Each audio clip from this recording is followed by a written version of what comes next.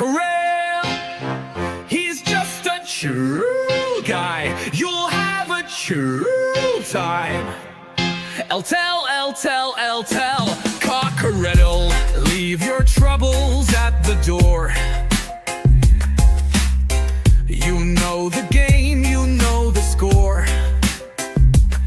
We're here to have fun, so holster that gun and read the writing on the wall.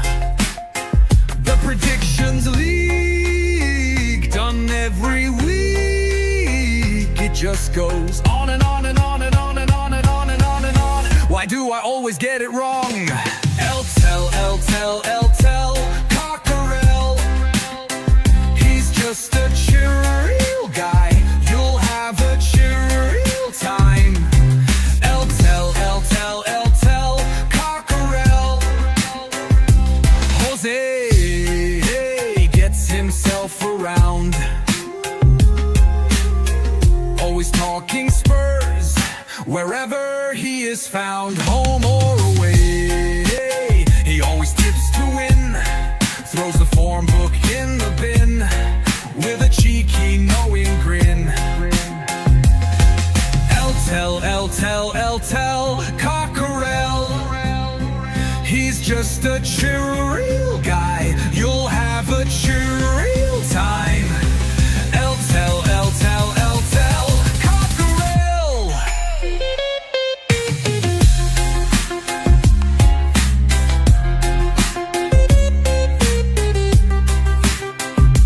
The Predictions League, done every week.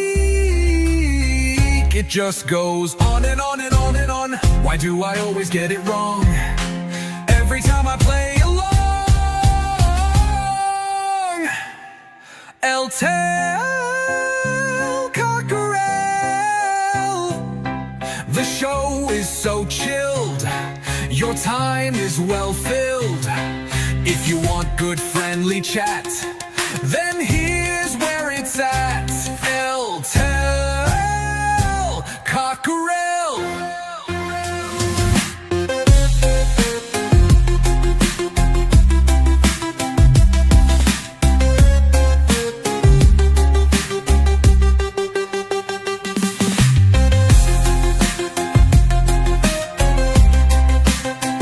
It just goes on and on and on and on and on and on and on and on. Why do I always get it wrong?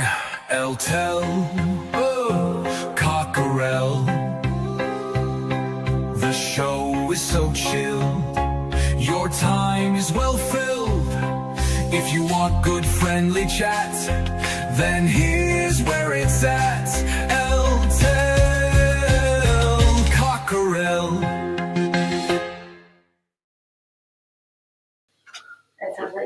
Morning all. I hope you're all well. Mr. Shemtan, good morning to you, sir. I did a prediction show yesterday, Shem. There was a show yesterday, I did a prediction show yesterday, so hopefully, mate, you can get your predictions in on yesterday's stream. It'll be good. But nice to see you, mate. Nice to see you. Good morning. Again, as I said, I hope you're well, Shem. I hope everyone's well that tunes in this morning. I'm just plugging in some scores because Vindaloo has just messaged and left his scores on yesterday's stream. The Gal Talks Football says Arsenal are going to win 2-1. Yep. Igal, you're an Arsenal supporter, Igal, aren't you? Yeah, you are. Yeah. So Igal, you got to back your team, ain't you? Is the way I look at it. You got to back your team. I'm predicting us to win tomorrow. I just think it's aligned in the stars with Tudor coming in. No more boring football and lack of patterns of play. And I don't know.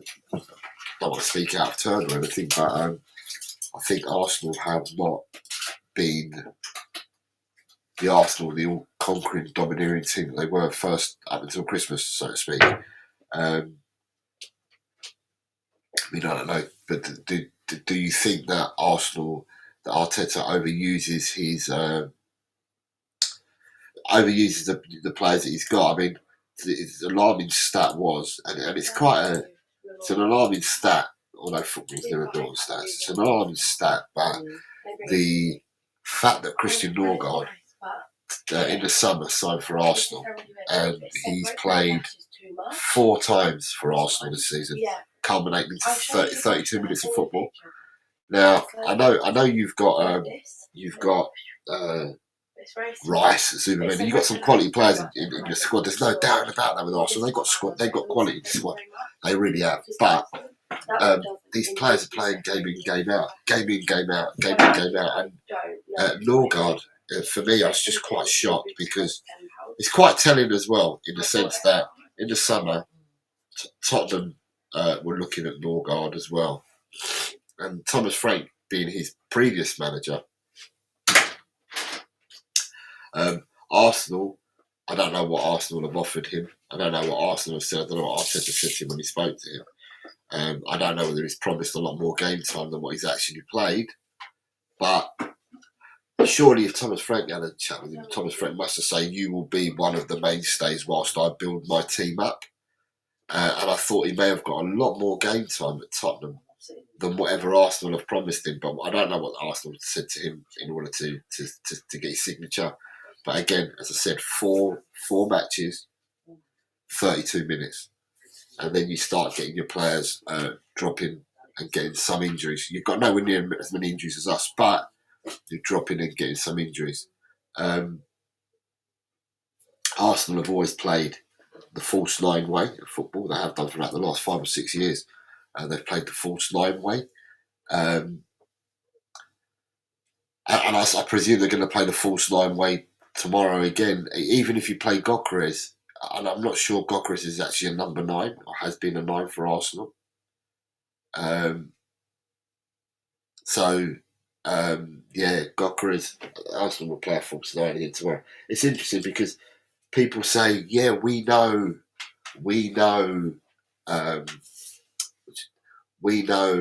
Tudor. We can look at him. We can look at Igor Tudor. We can say that Igor Tudor plays 3-5-2 or 3-4-3 or X, Y, and Z. And in his press conferences, he's talked about the style is more important than the system. The system sits behind the style that you play. Looking at the squad that we've got for tomorrow, and we are depleted, we're down to 13, what you would say, first team players. All the rest of the youngsters, they're going to have a bench wrapped with youngsters. Exciting youngsters, but wrapped with youngsters anyway.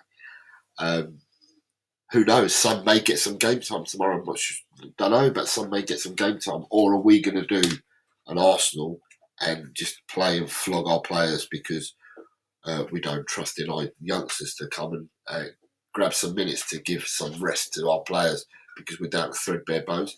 But it'll be interesting to see what he picks tomorrow, in the sense that everyone says he doesn't veer away from this 3-5-2 system or the 3-4-3 system. So it'll be interesting. Will he play Moani up front with Solanke? Will he play it as a 2? Will he play 3 at the back? If it's 3 at the back, then it's Van de Ven, Dragusin. And what do you do? Do you shoehorn a player to play as a 3rd one? See, I was trying to think about this, and I thought if Pedro Porro was back, which according to his press conference yesterday, Pedro Porro's not back. Whether that's mind games or not, I don't know. But his press conference said that Pedro Porro wasn't back. His press conference said that Richarlison wasn't back. He didn't name these players by name, but he did say that none of the injured players will be back till next week. And we know that the next cabs off the rank to come back from injuries were supposedly Porro and Richarlison. So what do you do? I mean, at left back, Jed Spence is fit and available. Do you play Jed Spence in at right wing back and play Sousa, who've only just bought, who's a left-sided left back? Or do you shoehorn Jed Spence again at left and put Archie Gray out on the right? These are decisions that he's got to make, which then means that you'd have to put Paulinho and shoehorn him into the back 3. So whatever it is, it's going to be all hands to the pump tomorrow for Tottenham. It will be all hands to the pump. I think Arsenal have got a full squad near enough to pick from. I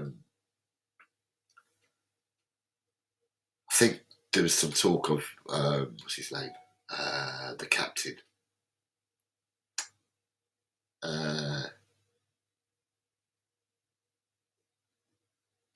Odegaard. That's it. There was talk about Odegaard, but I think supposedly yesterday was saying that Odegaard is available, fit to play or for selection.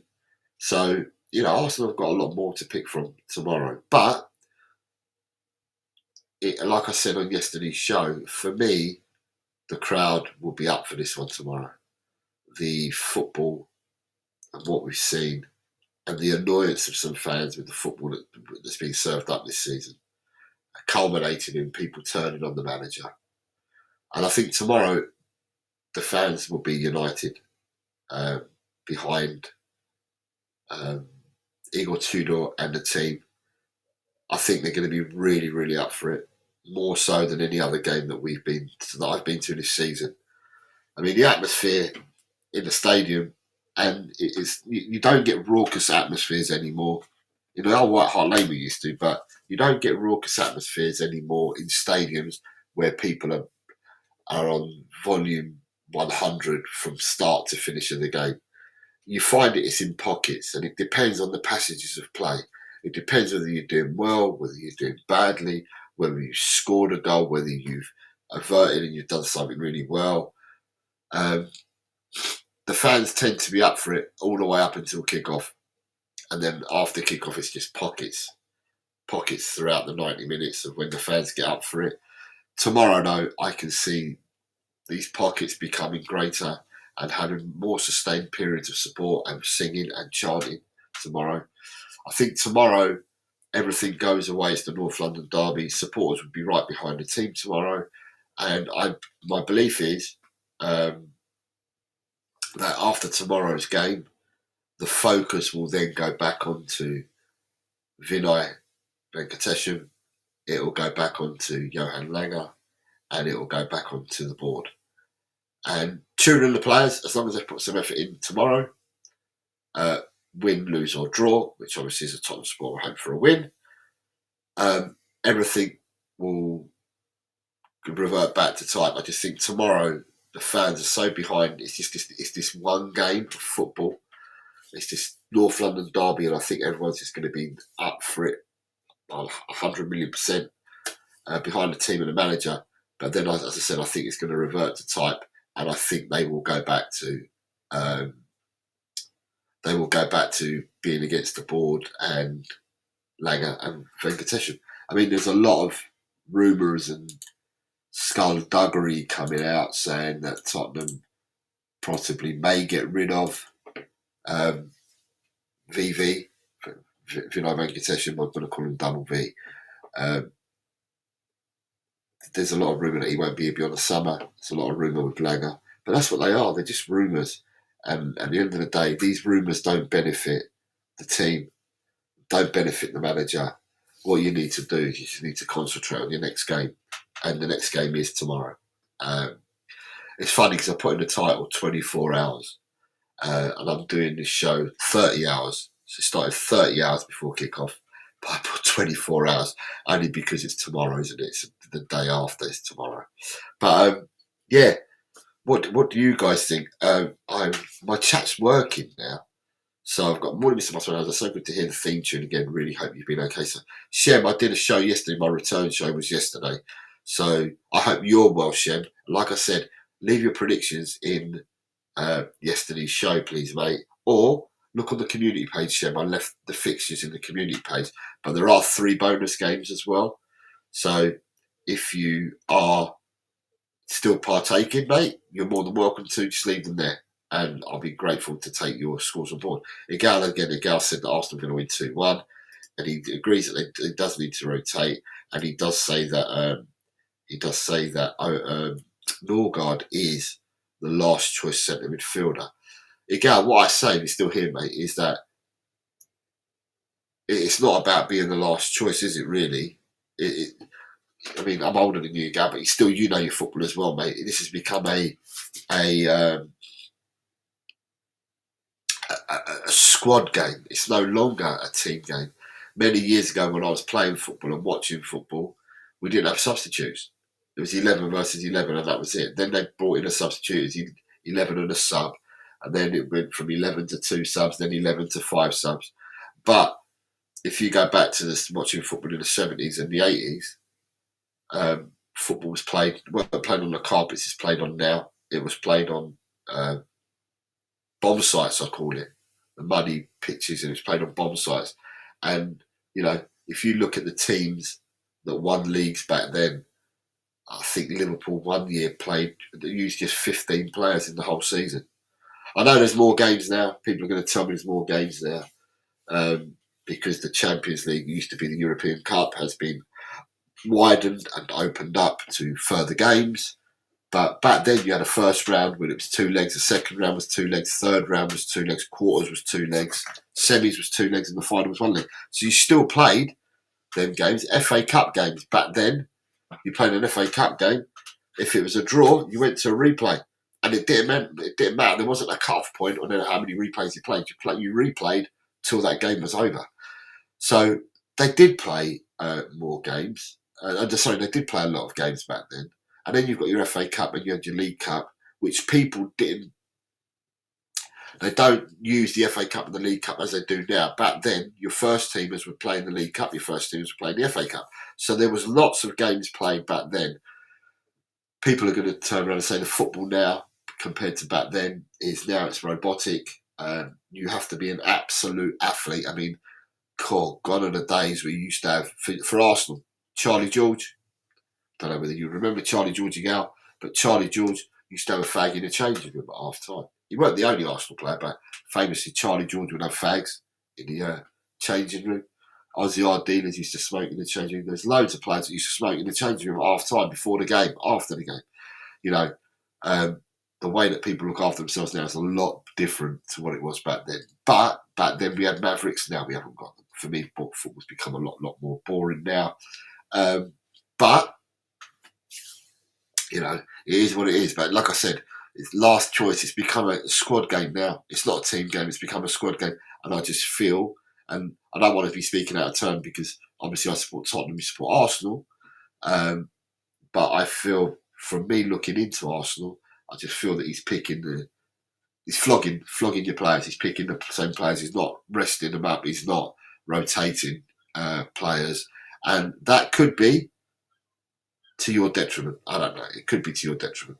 Graham's here, says, morning, Jose. Good morning, Graham, sir. I hope you are well. I hope you're well. Adam is here. Adam says, morning, all, big up the show. Good morning, Adam. I hope you are well. I hope you're well. Adam Paul Galiska. That's a nice name. Adam Paul Galiska. I thought it said Galicia at first, but it says Galiska. And Ghosted London is here. Says, big up Jose Coys. Good morning to you, Ghosted. I hope you are well, my man. I hope you're well. So, guys, what do you think? What are your thoughts? It's 24 hours away. Are you looking forward to it? I certainly am looking forward to it. I'll be there again tomorrow. I'm looking forward to it. I always look forward to when Tottenham play, regardless of who our opposition are. But what I don't want, and for those that, excuse me, because I'm going to repeat what I said last night, and I said it on someone's show, I think last week or earlier on this week. I was at the Newcastle game, and it was a right mess for me. I'd gone straight from work to the Newcastle game, so I had my laptop bag with me. Got to the ground, went to go in, and they said to me, "You can't come in with your laptop bag. It's bigger than A4." And I said, well, all I've got in there is my laptop. So I can take it out, you can have a look at it. It's no bigger than an A4, my laptop. And they said, no, you have to go to, and I sit in the West End. So I was at gate 6. They said, you have to go all the way around to gate 19 and leave your bag in the bag drop area. So I walked round to the bag drop area. They charge you £10 for the privilege. So I had to leave it in the bag drop area. Then I had to walk back. It was really pissing down with rain. It's really heavy rain. I was drenched. I was absolutely soaked. I've gone in through the south stand into the stadium, walked through the south stand, right round into the west stand to where my seat was. Anyway, Watching the game, we were 2-1 down, and I left my seat. I got up out of my seat in the 72nd minute. I didn't leave the stadium, just got out of my seat. And what I did is I walked all the length inside the stadium, walked the length of the West Stand, and then round to the South Stand. And I actually left in the 85th minute, went out to gate 19, got my bag, and then walked down to Northumberland Park to get a train. So I listened to the last 5 minutes and the 6 minutes of added time. I listened to them on my headphones, walking down to Northumberland Park. By the time I walked down there, and the train came, the whistle blew, we'd lost 2-1. And the reason why I walked down my seat was, one, I live a million miles away from the stadium and I have to get home. But yeah, because I live a million miles away from the stadium, having to get home. It took me nearly 4 hours to get home. But I remember sitting on the trains. I was getting overground, then undergrounds, then overgrounds again. And I sat on the train, and all I could think about, all my thoughts were, and I've never been against a manager. Let me make that clear. I've never been against a manager. The manager I most detested was probably Christian Gross. Other than that, regardless of who we had as manager, always backed the manager whilst they were at the club. So the same as Thomas Frank, backed him all the way whilst he's been at the club. But I remember going home for the first time this season on that after Newcastle and thinking to myself, he's not going to survive. He can't survive what I watched tonight. Tonight there was no patterns of play, or that night there was no patterns of play. I didn't know where our goals were going to come from. We looked devoid of ideas. The players didn't. The players for a lot of the season have looked like passing ships in the night, which really doesn't sound and bode well for tomorrow's game, does it, people? But I'm just trying to put a picture on what I've seen this season.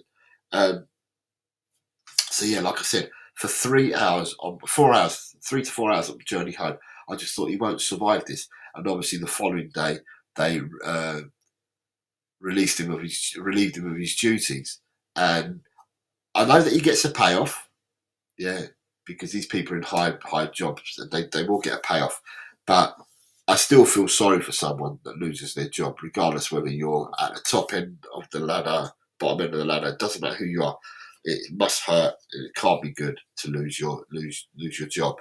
And mentally, it will have, regardless of whether you get paid money or not. Mentally, it must kind of affect you. So I felt sorry for him that way, but. I thought to myself, yeah, you can't survive. And that's the first time I've thought that in all the games I've been to this season. And we've lost a lot of games, haven't we? We have lost a lot of games this year. But in saying that, I mean, I look at it, and for me, the worst performance of the season, for me, that I've seen, that I've witnessed, has to be either Newcastle, Chelsea, when we lost 1-0 to Chelsea at home. We never laid a glove with them. Chelsea never got out of second gear, and we did nothing at all that game. And it was so poor against Chelsea. And then also when we got beat by Bournemouth 1-0, third game of the season, that was a really poor game as well. Another game where, didn't know what had happened, didn't know what we were doing. And then probably the worst 3 games that I've witnessed this season at the stadium. The others, the 2-2 draw against Man City, 2-2 draw against Man United, 3-0 win against Burnley, 2-0 win against Brentford, the 1-1 draw against Sunderland, 2-1 defeat in the league to Villa, 2-1 defeat in the FA Cup to Villa. These are all games that I've been to. And, it's just been, yeah, as I said, it's something that happened. And tomorrow, with this new manager coming in, we'll see. Like I said, tomorrow the crowd will be behind the team. Let me carry on to say, Adam says, it's Hungarian, born and bred Englishman though. It's top name, Adam Paul Galiska. So hopefully I'm not butchering it because I'm Spanish, but yeah, I like the name, mate. Ulrika KK says, Arsenal have played 3 times since we last played. Hopefully they are tied, even though we only have 12 available backfield players. And like I said, Ulrika, and Igal was here earlier, Arsenal don't rotate. Well, it's not my team, but from outside looking in, Arsenal don't rotate. Arsenal don't seem to rotate their players. And the point I was saying was about Norgard. Norgard had an opportunity in the summer to Tottenham and Arsenal bid for him, where I thought Norgard would have got quite a bit of game time with Tottenham because we're building and we've got quite a bit of game time in that midfield. The Norgard went to Arsenal, but I don't know what Arsenal had offered him. But the alarming stat for them, Marika, is that Norgard's played 4 times in the Premiership this season, and the total in 4 games that he's played amounts to 32 minutes. So Arsenal are overplaying players. Now you're saying they've played 3 times since we last played, and that is possibly right. They've played 1. Did they play 1 Carabao Cup or 2 league games or something like that? But they've played 3 times. We've not played.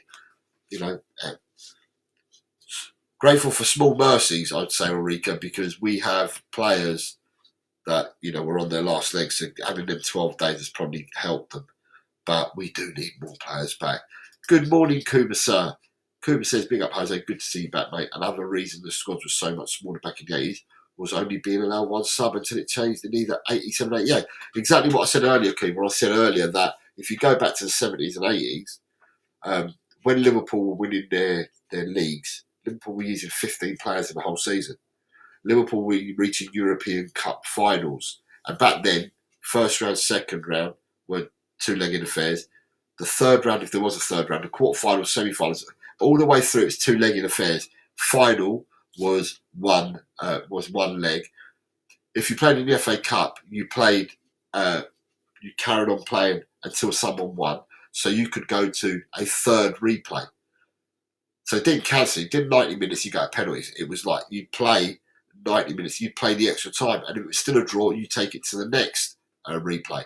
So you had all that, and then you had the League Cup, Carabao Cup, Littlewoods Cup, Rumbelows, all these different names it used to have. And what I was saying earlier, Kuva, is that the teams back then, they wouldn't use it like they do now to put in reserve players and that. People stuck their first teams out. The first teams played back then in the FA Cup and in the League Cup and in any European. And you watched the teams use 15 players. Didn't play on carpets either, played on quagmire pitches, but then we had Mavericks, because I was saying earlier that some of these players would be having a fag before the game, a fag at half time, or a fag after the game in the changing room. Some people used to have Swifters, didn't they? Just to help them along.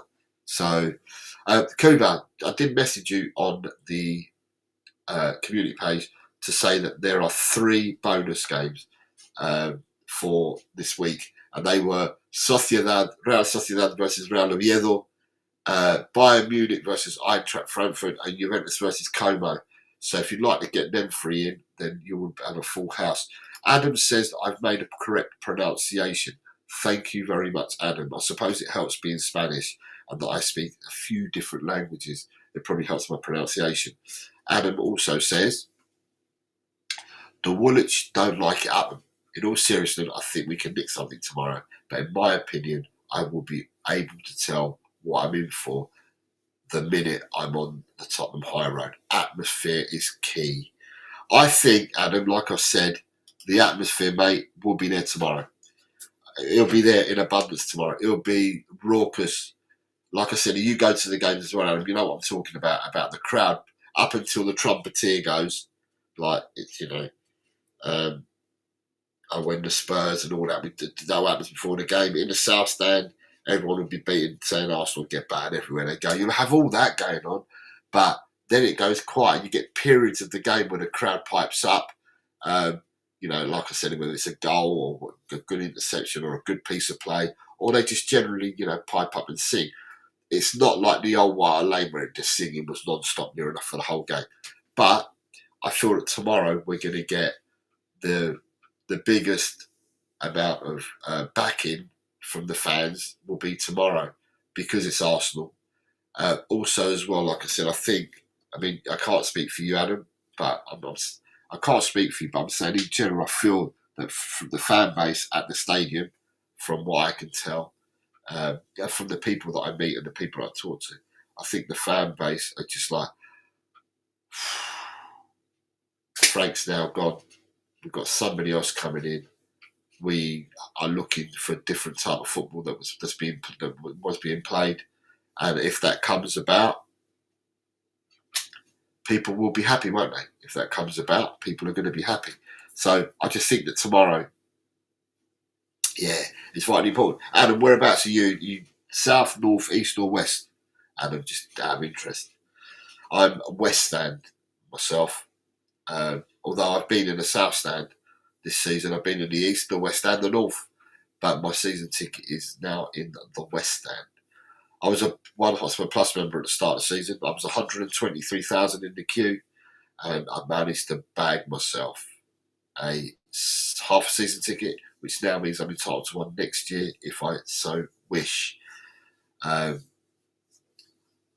you know what? I hear all these people through good or bad, and I've been through good and bad with Tottenham. Bloody hell, I've been through good and bad. I've been through some really good and some really dark times with Tottenham. But the one thing is, for me, I still support my team. I love going to watch them, regardless of how they're playing. I still want to go and watch them. Obviously, I still want us to win all the time. What fan doesn't want us to win? You know, I still want us to win all the time. So before their announcement yesterday, it's taken me this long to secure a season ticket. That regardless of what we did or what we didn't do, by the end of the season, I was always gonna get a season ticket next season as well. So, yeah, I don't know. I don't know whether I'm going to be get my season ticket and keep it in the West End, or whether I'm going to change and move elsewhere. It's not as raucous as the South Stand, the West End. It's not as raucous. The South Stand is raucous by miles. I'd say it's probably followed by the East Stand. Then probably the North. The West is probably the quietest, I think. Pockets of it are anyway, at the stadium. But yeah, tomorrow. What are your thoughts, people? What are your thoughts? Do you think he'll play a 3-5-2, which he's been his go-to up until now?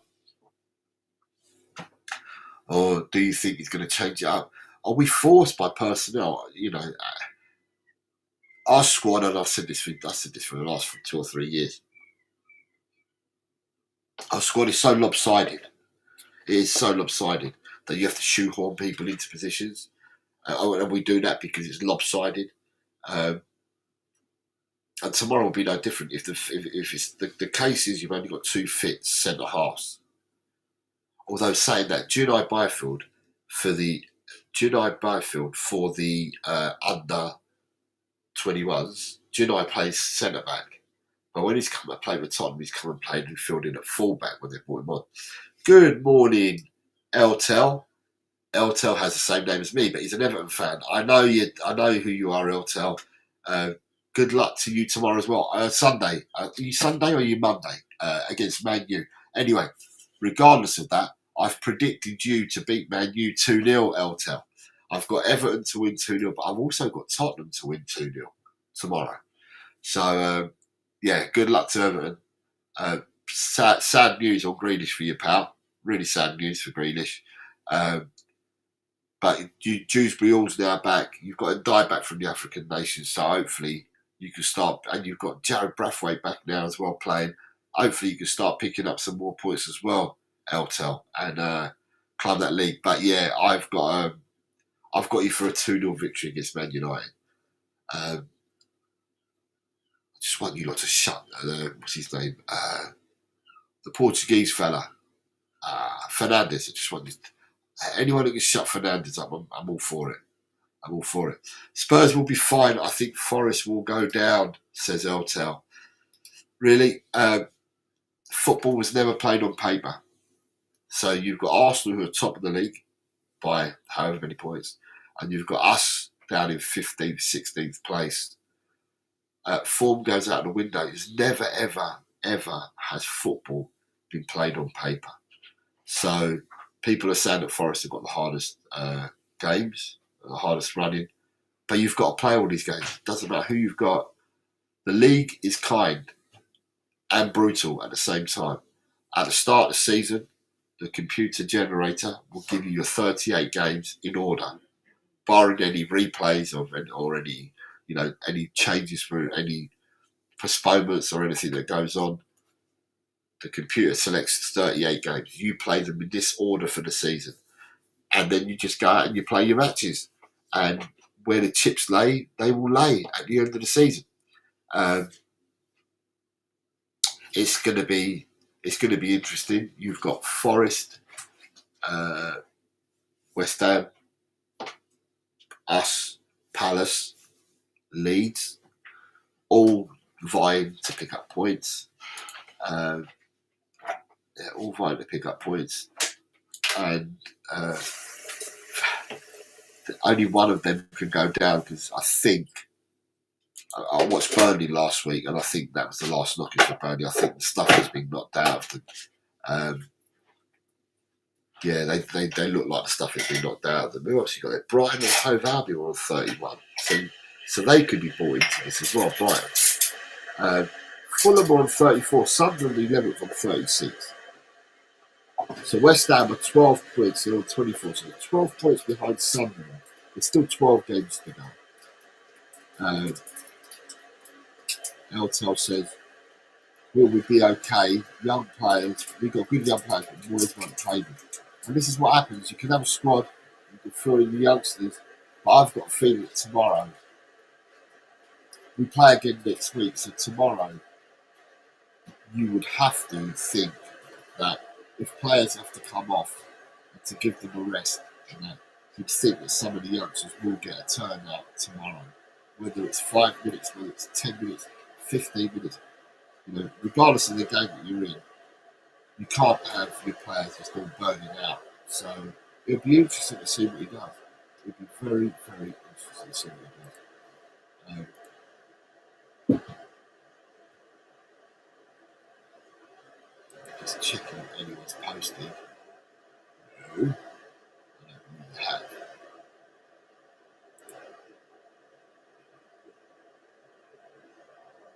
Wait a second. No,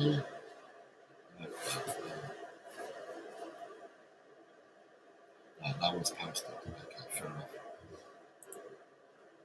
Sorry, I'm looking at yesterday's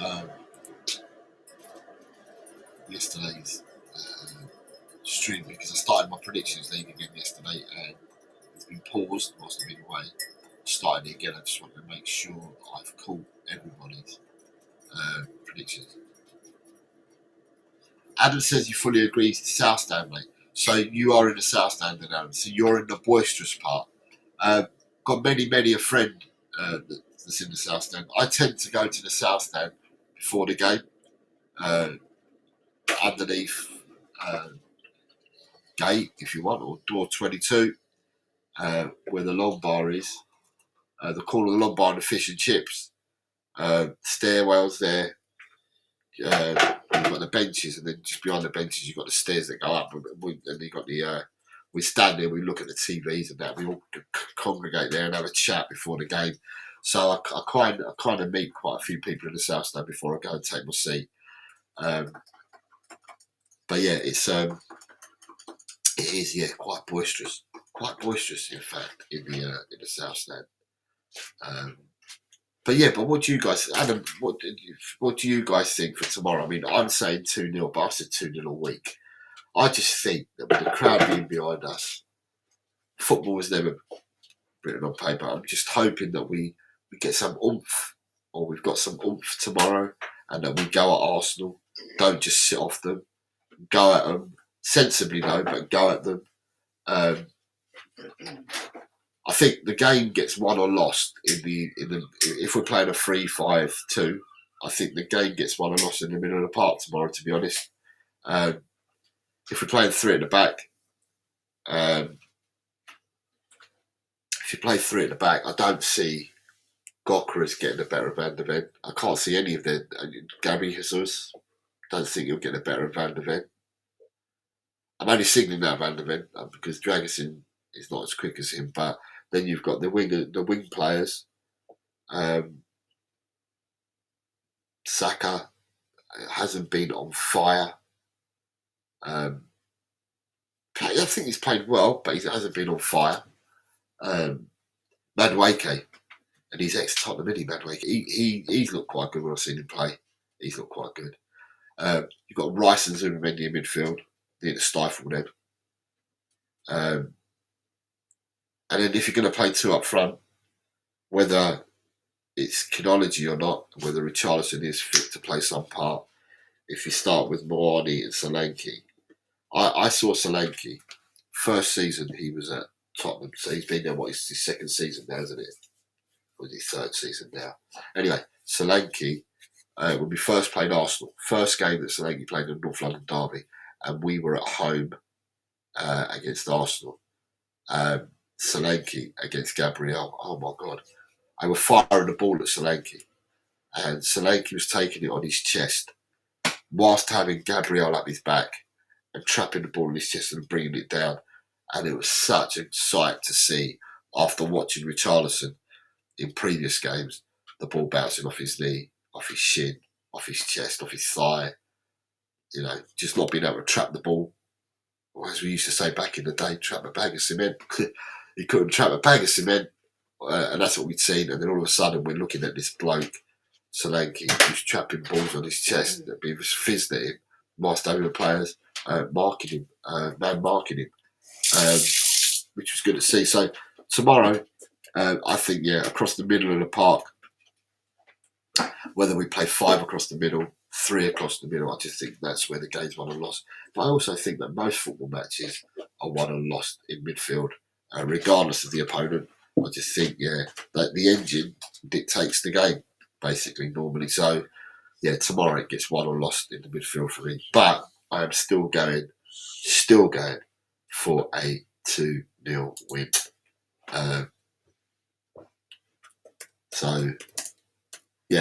That's where I am. I'm still on a 2-0 win. Don't know where you guys are, but I'm on a 2-0 win, definitely.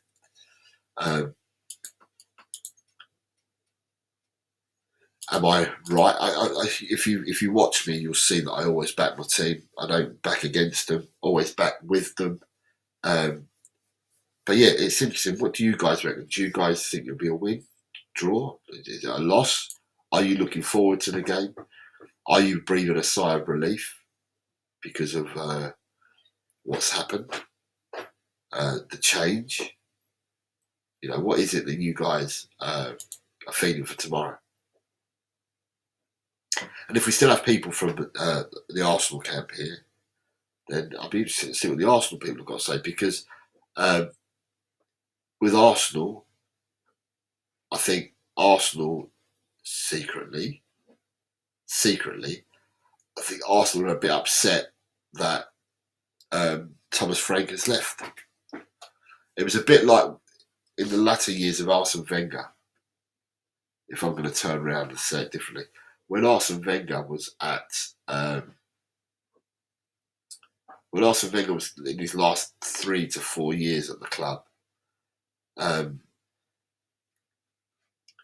Arsenal weren't doing that well, I was all for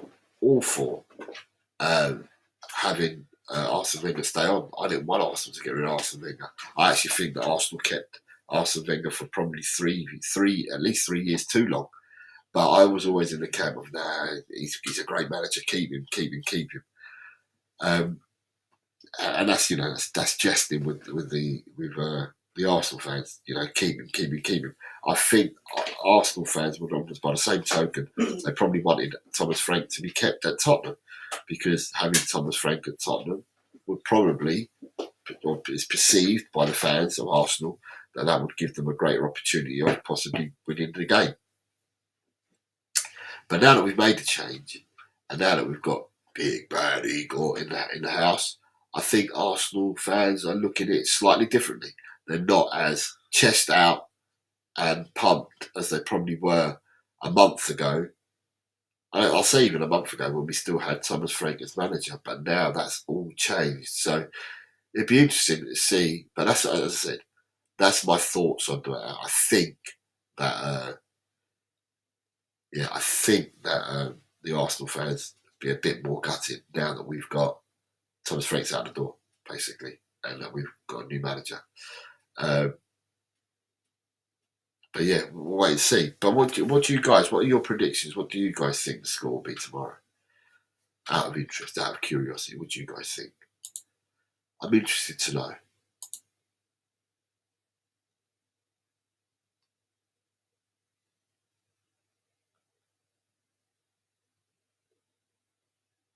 No predictions. So I'm the only one that's predicted a 2-0. I'm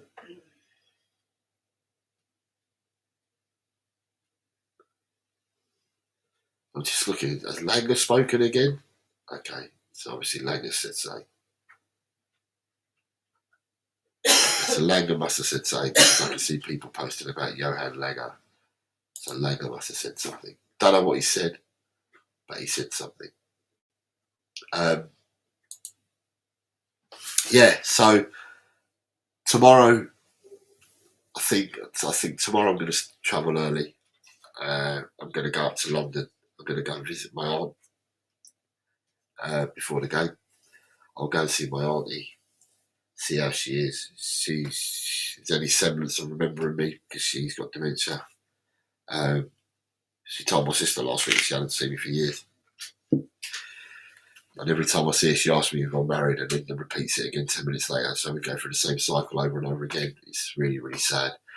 A vibrant woman that she used to be, all stuck in her own little mind now. It's just soul destroying at times. But yeah, I think I'm going to go see her first. And then I'm going to travel up. And that's in central London. Then I'll travel up, probably get the Victoria line up. Whether I get to Tottenham Hale and then get the overground into Northumberland Park, or whether I get the underground up Seven Sisters and then either do the walk or get the overground. I will go there, I will get there, I will do my usual ritual, or I haven't done it for the last 2 games, but my usual ritual is to go to the Spur restaurant, which is opposite the ground, and go into that Turkish pit and have myself a nice chicken shish with rice. Nice chicken shish with rice. And then go into the stadium. And then when I'm in the stadium, I take shorts of the game. So tomorrow the short will be hopefully the fans before the game. The tifo will probably be in my shorts. When the Spurs, when the trumpeter comes out, will probably be in my shorts. So I'll have a few people in my shorts tomorrow when I do it. But yeah, so Adam says that he believes. Adam says 2-1 to Tottenham, mate. Seeing pictures of the lads out with tuna for dinner shows the team are together, and I think they will give everything tomorrow. I have no doubts about that they'll give everything tomorrow. Really, I don't. I don't have no doubts about that at all, that they'll give everything tomorrow. For me, like I said, it's a new manager. I think that people will get behind the manager tomorrow. And then they'll get behind the team. Because after all, that's who you're there to support. You're there to support the team. And I think the fans will do this. I think the fans will get behind them all. And from doing that, like you're saying 2-1 at Tottenham. I said 2-0 all week. All week I said 2-0. And like I said, the only rhyme and reason I've got for the 2-0 victory is that I think that with regards the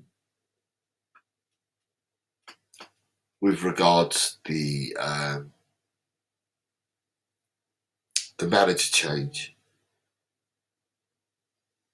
it's a North London derby. It's the one that we all get up for. It's the one that we all want to win.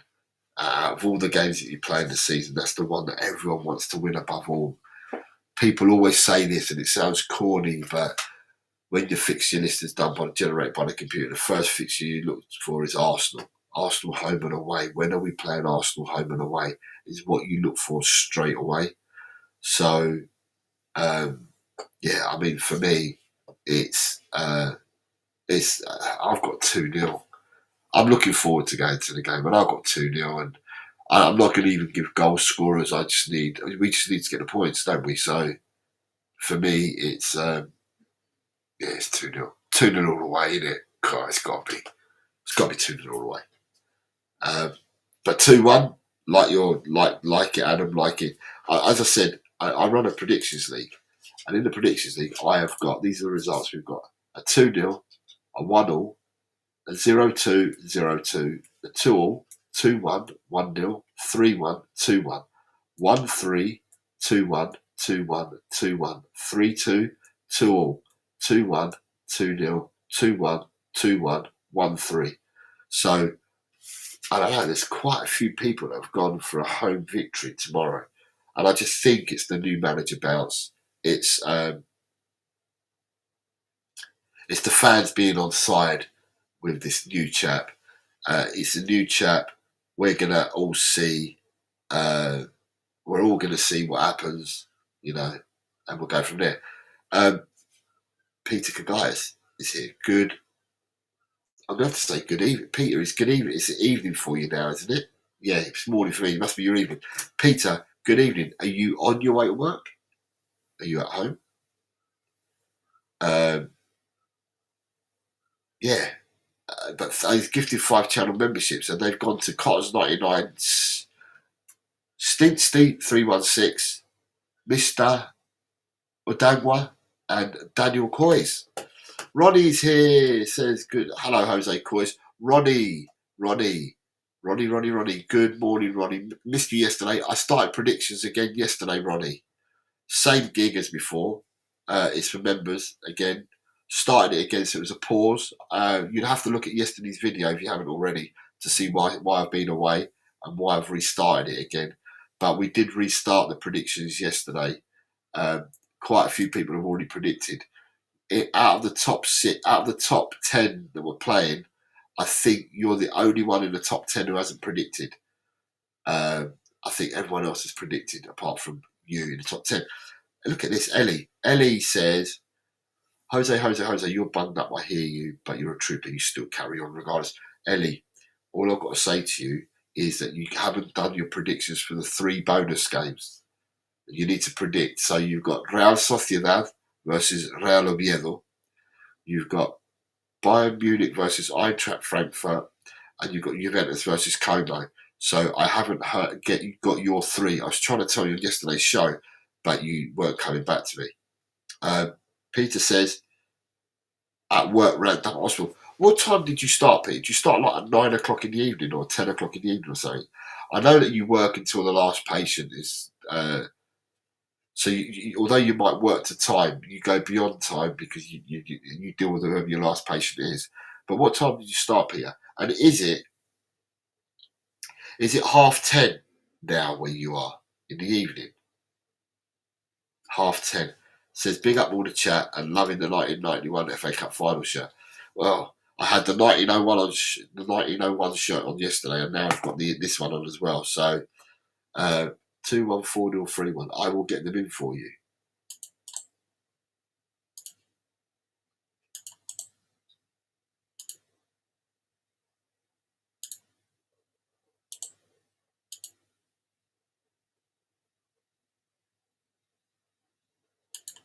There's no Real Madrid, Eddie. Where are you getting Real Madrid from?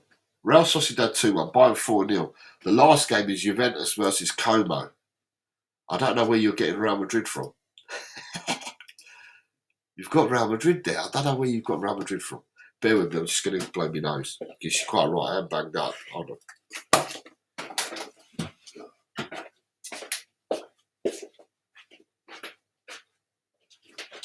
You've got tissue in here.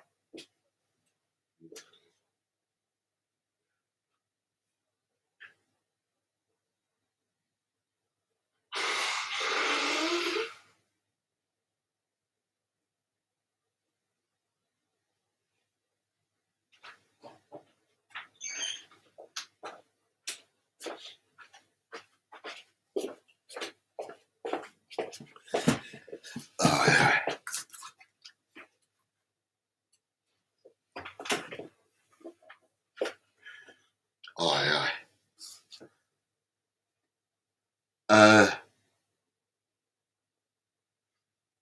2-2 she's got. Yeah, Ronnie, 1, 2, 3. Yeah, Ronnie, you need to become a member again, and if you become a member, go on yesterday's show and just leave them there. The Irish Hunter says, how do we get to Deepdale next year? I don't know, Irish Hunter. Do you reckon we get there by tractor? Horse and cart? I don't know. What do you guys think the score's going to be tomorrow? And then Dark Crows here says, Ellie, at first I thought it's Jimbo, your brother-in-law. I'm not Jimbo. I'm not Jimbo. Do I sound like Jimbo? I don't think I look like Jimbo, but there we go. But I know Jimbo. But no, I'm Jose. Posh Jose. Yeah, so Ellie, you're there tomorrow as well, I believe. I've seen that you've posted that you've got your ticket in the South Stand for tomorrow. Are you? So you're in the South Stand tomorrow? I've already decided that tomorrow when I get there, I'm going to go see my auntie first, and then I'll probably get up there. I would have said I'm going to be there by 2:30 tomorrow, but then I'm going to go to the Spur restaurant opposite the West Stand on the high road, and have something to eat in there. I'm going to go and have my Turkish in there, and then I'm going to make my way to the stadium after that tomorrow. But Ellie, just for people, Ellie's predicted a 1-1 draw for tomorrow. Ooh. Ellie has predicted a 1-1 draw for tomorrow. So yeah, again, Ronnie, you need to become a member again. And also, the kickoffs aren't till the Premiership kick off at 3:00 today, but the bonus games. Okay, the bonus games. Let me just look for the bonus games for you. It's on yesterday's stream.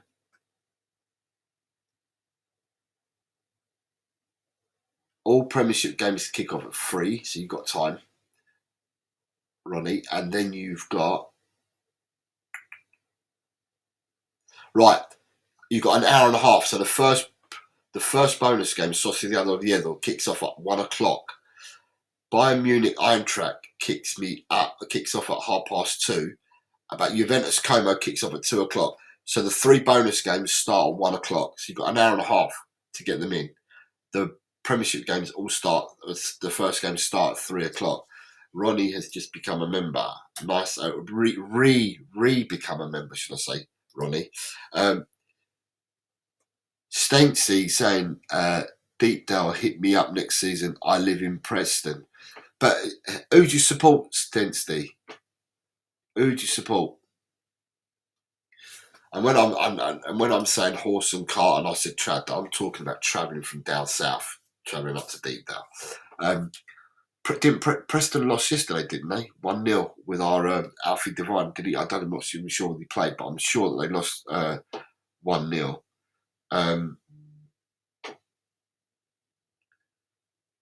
Yeah, Ronnie, if you look at some of the other people that have left them in there, ignore Vindaloo's comments because he calls the teams all different names. But I think other people have left their predictions in there. And you'll probably have the list of fixtures there because they've left their predictions in there. Let me have a look.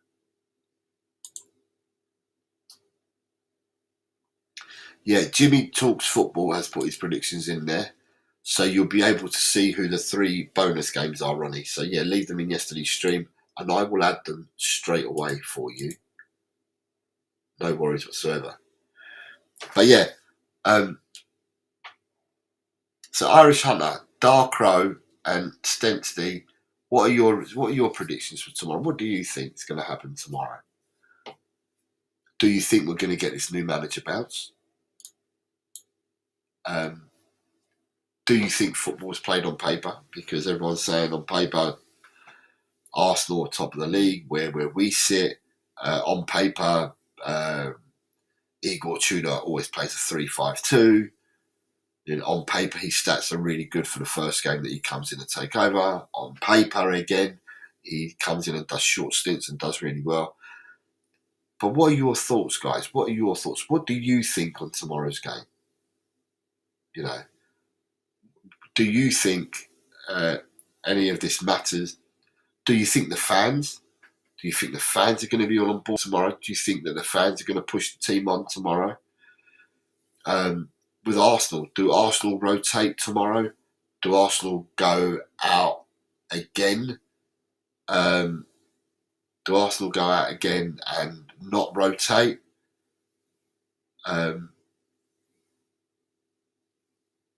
Stency says, yeah, man, I've got a room at mine. I'll move the wife out.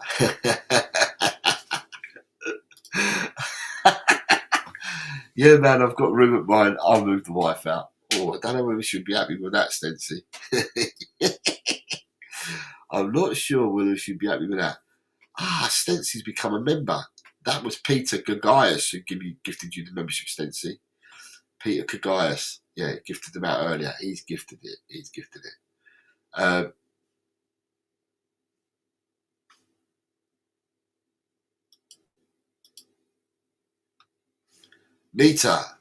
Nita's here. Good morning, Nita. She says, morning, Jose chat. I went for 2-2. Yeah, I'm aware of what you went for. I was saying, Nita, it's quite surprising that quite a few people, have gone for Tottenham victories in the predictions that we've got. So far in predictions we have, how many people have predicted?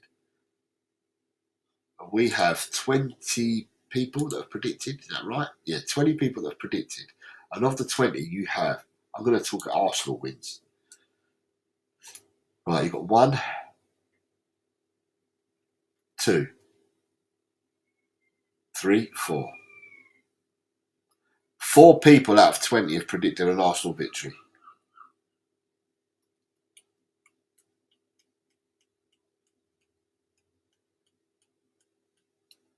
Right, this is how it goes with the Tottenham fan base, right? And others as well, because people that are members on this channel are not only Tottenham. I've got Arsenal members as well. I've got Wolves members. I've got members from other clubs as well. Liverpool members, Man United members. Anyway, from 20 people that have done predictions so far,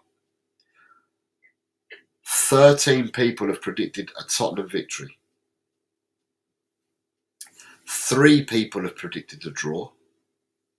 And 4 people have predicted an away win.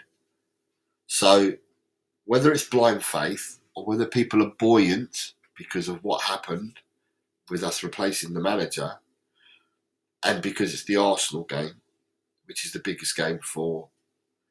It's going to say it's the biggest game for both clubs, but I really can't speak on Arsenal's behalf and say that.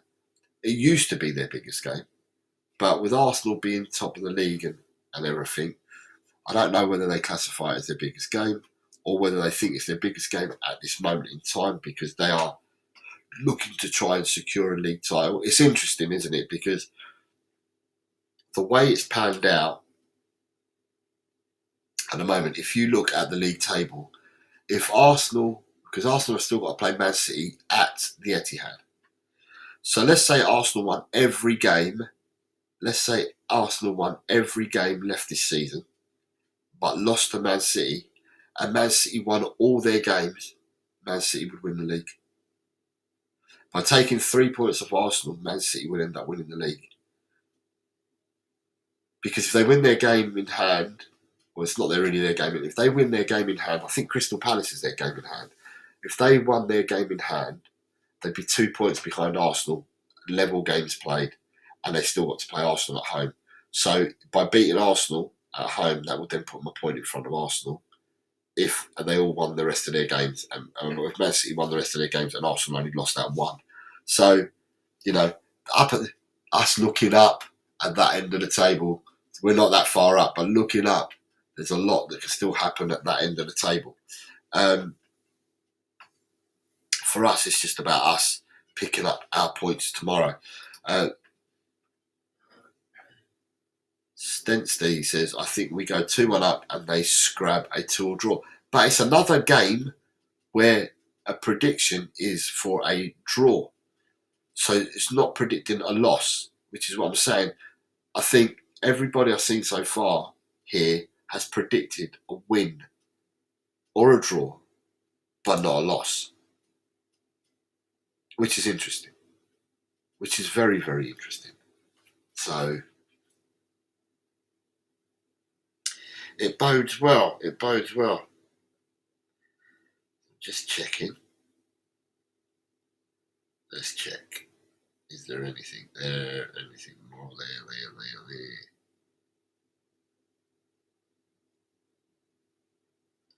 Right, so let's go to it. It's here.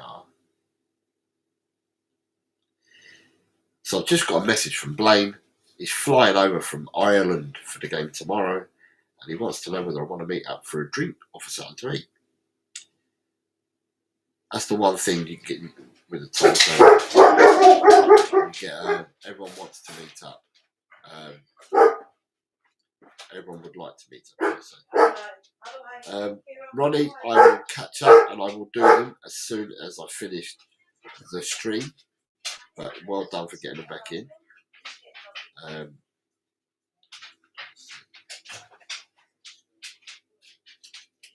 Yeah, I will get them in. What did you get? Nick says, I don't watch the North London derby anymore. Stopped watching it a few seasons ago. My heart races too much. It ain't good. I am the only one in my extended family who's Spurs. They're all Gooners. It's fireworks. Do you know what, Nita? I can just imagine you, because you defend Tottenham to the hilt. So I can just imagine you. Yeah, I just imagine you being the only person who's Tottenham and defending them. And do you know what? I wouldn't like to get on the wrong side of you, Nita. So if I was all them Gooners in your family, I'd be running a mile whilst we get the victory tomorrow. I'd be running a mile. I'd probably go to another country, get a flight straight away to another country, just to keep out of your way, Nita. Would I be right? Even your grandchildren, Nita, they were Arsenal as well. You've not been able to sway any of your grandchildren the way of the white instead of the way of the red? No?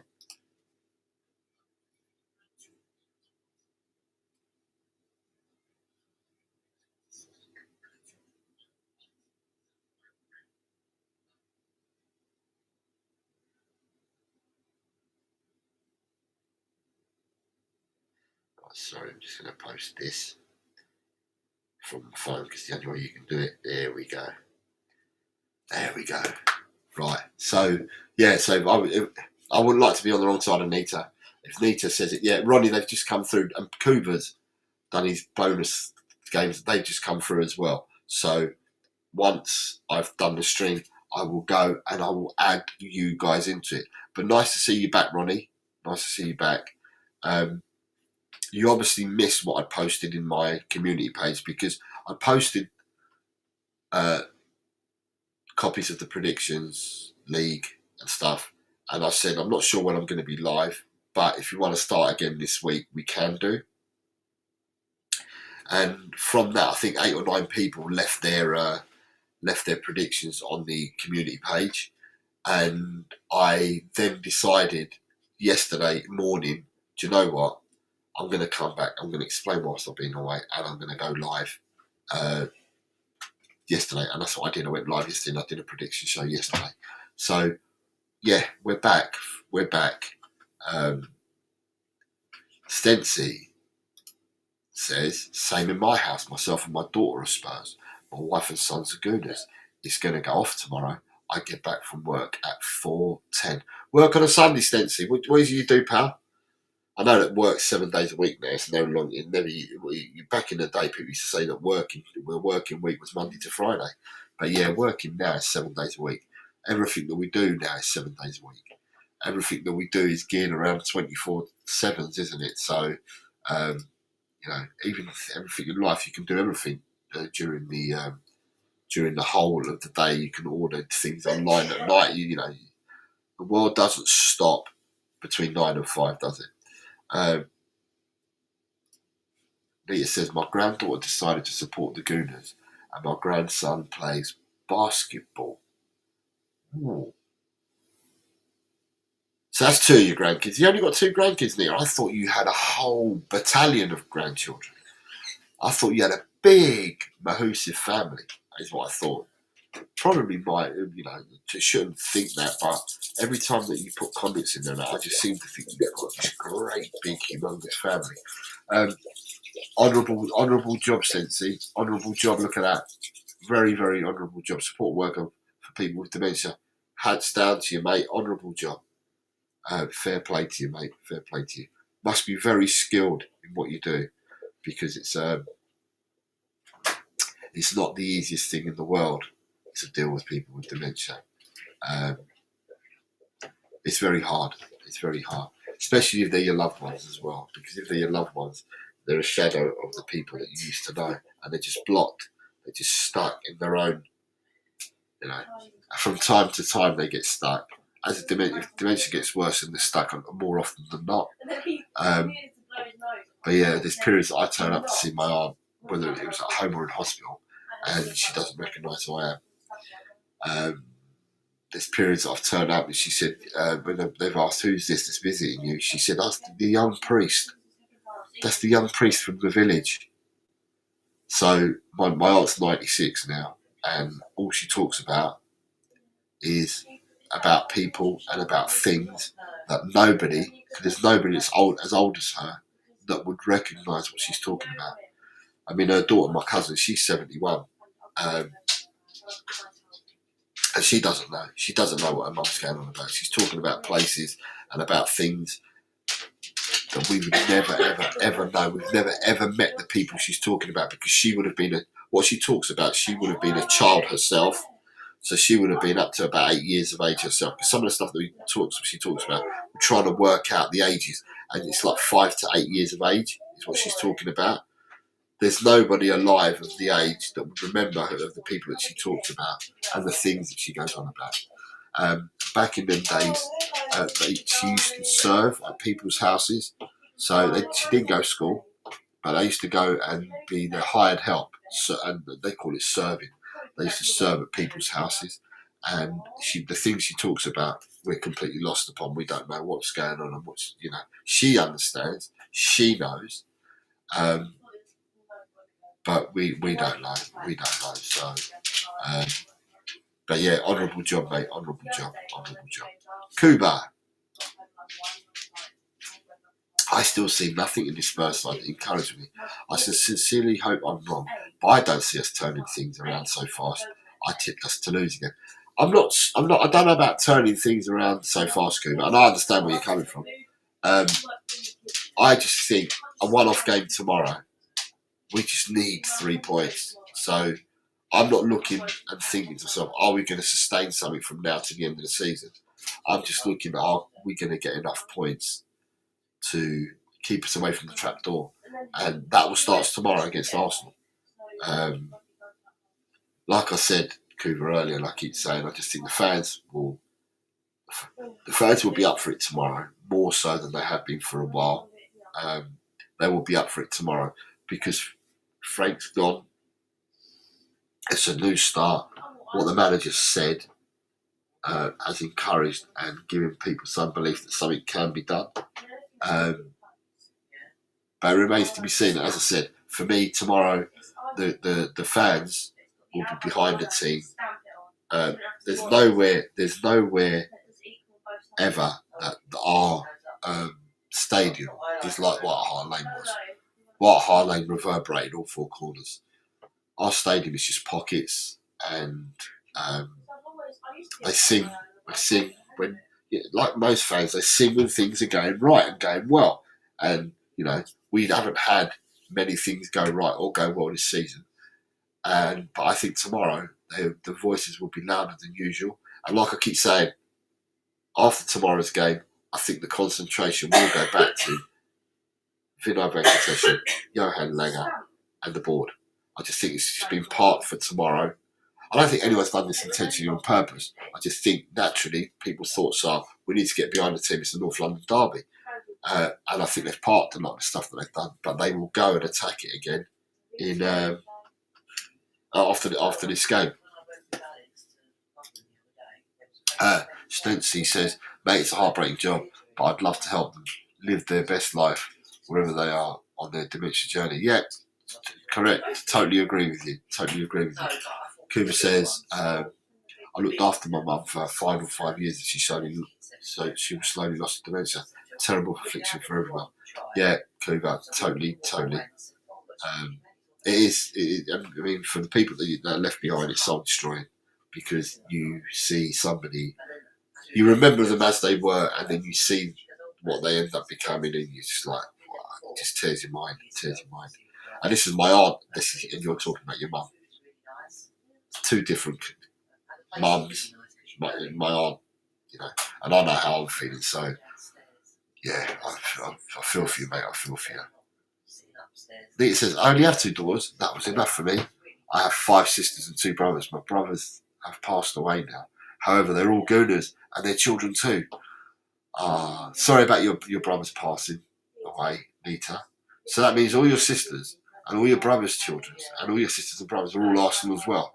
God, they're stacking up against you, Nita. But do you know what? You keep carrying the fight to them, darling. Like I said, if we win tomorrow, or when we win, I'm going to say, when we win tomorrow, Nita, I think all these people in your family are going to run 1 trillion miles away from you and don't want to be nowhere near you at the end of that whistle. They'll be getting flights to all parts of the world just to stay out of your way, Nita. Stency says, we have talent in the squad, but we need to play the right way with the players we have available.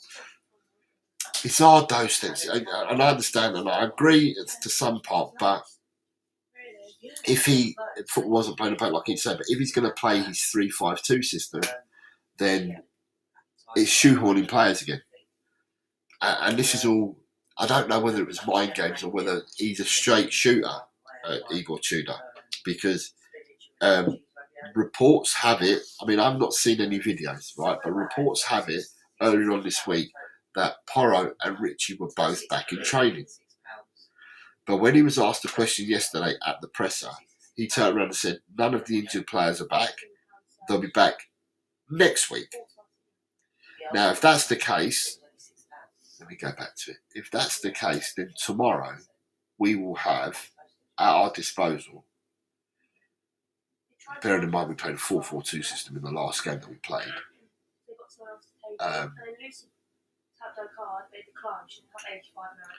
We've beaten the last game we played with Newcastle. So, the lineup against Newcastle. So, it was Vicario, Gray, Dragusin, Van der Ven, Spence, Gallagher, Bissouma, Sarr, Simmons, Solanke. Drop Odeberg because he got injured. So that's 10 players there. And on the subs bench, we had João Paulinho, that's 11. Matthias, 12. Tel is 12. Randall Colomboani, 13. And if I include Souza, that makes 14 players. Right, if I'm including Souza. If I'm including Souza, then he's got a choice to make. If he plays 3 at the back, it would be Van der Ven, Dragusin. Who's the third centre-back? Will it be Archie Gray or will it be Paulinho? Because if it's Archie Gray, then it means Spence will have to play right wing-back and Souza will have to play left wing-back. And then it means you can put Paulinho in the midfield. Or does he play Paulinho as a third centre-half, which means he plays Spence left wing-back and Gray right wing-back. Decisions that he's got to make. We're still shoehorning players. And in midfield, he's got to pick from 3 players. He'd have the choice of Pape Sarr, Yves Bissouma, Conor Gallagher. This is provided he plays Paulinho as a third centre-half. So in the midfield, 3, it would be Simmons, Sarr, Bissouma, Gallagher, or one of the 2 of them. 3 out of them 4. And then up front, you'd like to think he's going to play Solanke and Moani. Because the rest of our bench against Newcastle was Callum Oluwaseyi, Janai Byfield, Lucas Williams-Barnett and James Roswell. It's interesting, when you look at the game, so I'm looking at it on, what am I looking at? I'm looking on the Tottenham search. It's telling me the Premier League game, we lost 2-1. Managers, the manager for Tottenham was Igor Tudor. He wasn't, it was Thomas Frank, but I think this site just automatically updated to Tudor. You're allowing it. I know you all do, so I just like. Well, it's all around the house anyway. So, so tomorrow it all depends. It depends on how you're going to play your players tomorrow, doesn't it? It really does. It depends how you're going to play players. Who you're going to stick in the where. I'll be shoehorning. I think we may well be shoehorning. But there we go. I think we may well be shoehorning. But people, I don't know. I think it might be time to get away and let you go and do what you need to do on your Saturday morning. It's 7 minutes to midday. I wish each and every one of you, I don't know where you guys are in the world or the country, here in this country, but I hope the weather is okay for you. They said it was going to pick up, it's going to be a bit warmer. Warm to me is when you go beyond 20 degrees. Anything under that is not warm. My bones still feel it. But I hope the weather's good. I hope that whatever plans you may have for today are really, really good.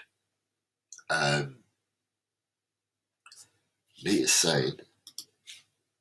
asking the question, how many points do we need to stay up? It's 12, you think?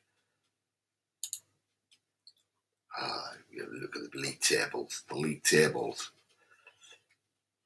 Right, so West Ham are the team that are bottom at the moment. And we are 5 ahead of West Ham. 11th of March, because I want to do it on Wednesday.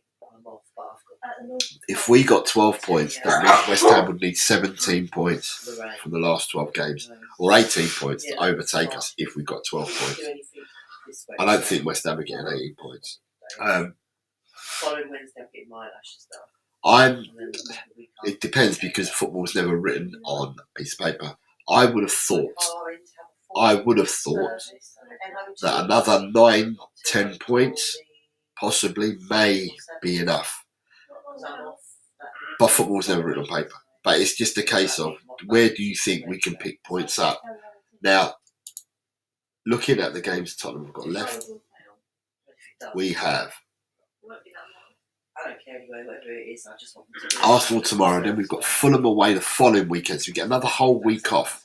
So the important part of the week off for me at the moment is that means that you can train the squad, you can train the players for the whole of the week. Yeah. So it's not just, you've got to do rest and recuperation. You can train when your games are a week apart. You can implement philosophy training. You can do a lot more having a week off. So we have a week off between tomorrow's game and Fulham. So we're away at Fulham. I think we can get points at Fulham if we apply ourselves. Then we've got a 4-day turnaround. Till we play Crystal Palace at home. I think Crystal Palace are there for the taking. After the Crystal Palace game, we have got. I don't know whether the Champions League kicks in by then, which is worth a point of noting. Let me have a look at Champions League fixtures. Champions League.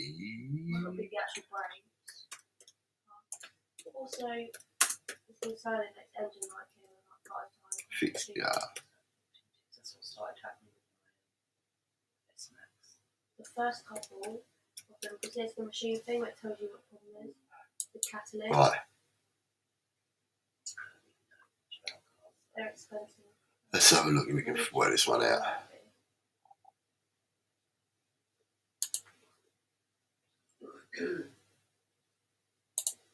Champions League official page. What does it say? No, I'm not going to download anything at all. No, still download. I'm not downloading it. So let's get out of that one. Around 500? that's what I mean. Something's expensive to fix. Other things are not. So, you don't want to be without a card, do you? More matches. Wednesday the 25th of February. So it only goes up to February. It doesn't give you the next stage. Right, so whatever I talk about is without the next stages being involved, right? So we've then got, like I said, we've got Palace at home on the 5th of March, which I think is you can get some points out of. Then we have a break of 10 days. We do then not play until the following Sunday. So we've got from the 5th of March, we then play Liverpool away on the 15th of March. Notoriously, we don't get anything at Liverpool.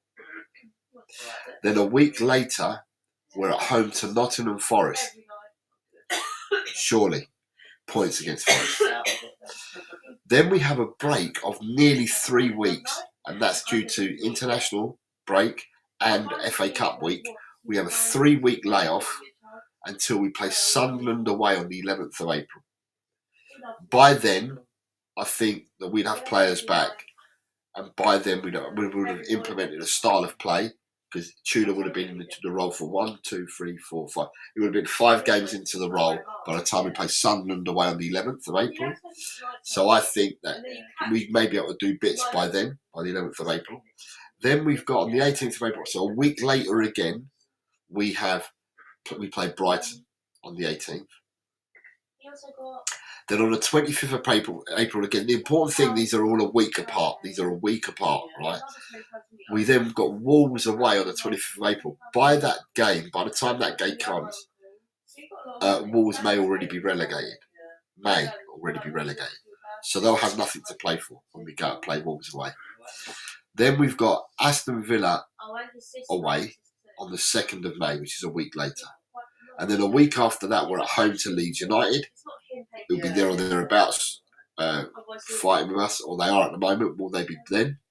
And then we've got Chelsea away on the 17th of May, and then we're at home to Everton on the last game of the season. There's enough in them matches. There is enough points that we can get in them matches.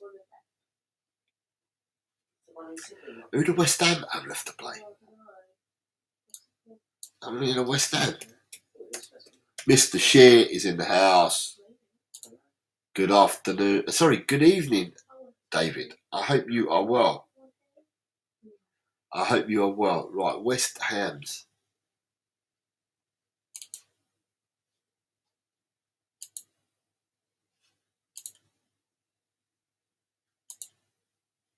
Right, so you want to know West Ham's matches. So, West Ham are at home today to Bournemouth.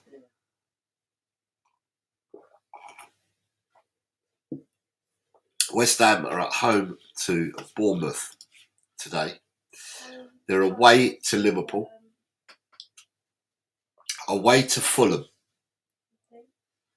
Then they play in the FA Cup. Then they're at home to Manchester City. They're away to Aston Villa. They're at home to Wolves. Away to Palace. At home to Everton. Away to Brentford. At home to Arsenal. Away to Newcastle. And then they're at home to Leeds United on the last game of the season. So West Ham have got some right sticklers of games as well. I've not really looked at Nottingham Forest. People keep saying this to me. Let's look at Forest's matches. Right. Who have Forest got that people keep going on about, which I've not looked at? Right. So, Forest are away to Liverpool tomorrow. Then they've got a Europa League second leg playoff, which they've all but through already against Fenerbahce. Then next week, they are away to Brighton. Then in midweek, they're away to City. Then they're at home to Fulham. Then away to Tottenham. At home to Aston Villa. At home to Burnley. Away to Sunderland. Away at Chelsea. At home against Newcastle. Away at Man United. And home at Bournemouth.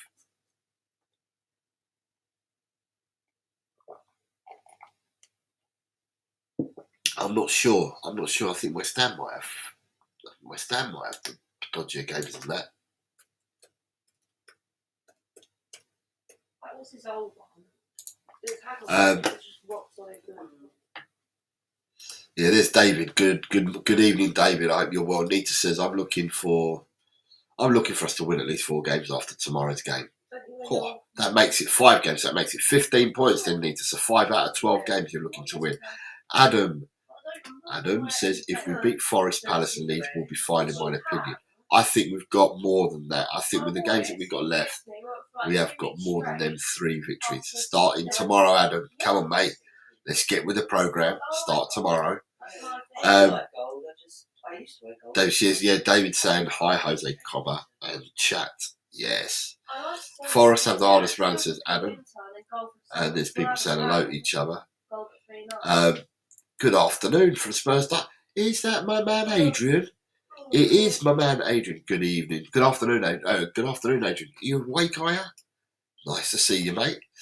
He says, those of you going to the game, I shall be in the south stand opposite entrance 22 at the edge of the artificial grass post-match me. It's between the goal line bar staircases opposite entrance 22. Adrian, when you're saying you're going to be there tomorrow, mate, I need to understand what time are you going to get there, because you obviously live so close to the ground that sometimes you leave and get there quite late, where I tend to get to the ground early. Now, I'll be getting to the ground tomorrow. I'll probably be at the ground by 2:30 tomorrow, Adrian. But then I'm going to go and have something to eat at the Spur restaurant opposite the West Stand in the High Street, the Turkish restaurant. I'm going to go and have something to eat there before I go to the stadium. So what time do you think you'll be getting to the game? And I know Ian's at the game tomorrow, Ian Meth. He's already messaged me. And I've just got a message from Blaine, who's flying over, who's asked me. I didn't read it properly. I know Blaine has messaged me.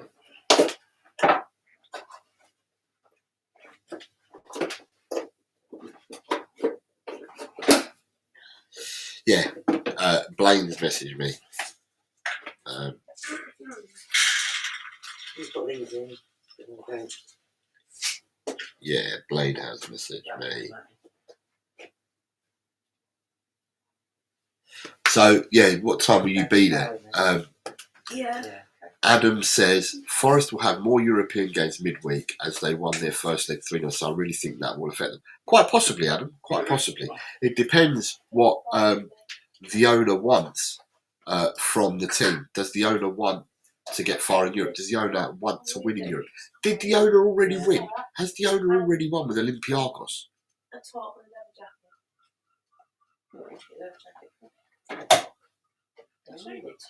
But what's interesting, Yeah. right, Adam, to me, knowing what Tottenham are like, they shop in bargain basements all the time. But if you look at the league table, right, and at the moment, it's West Ham that sit 18th, right?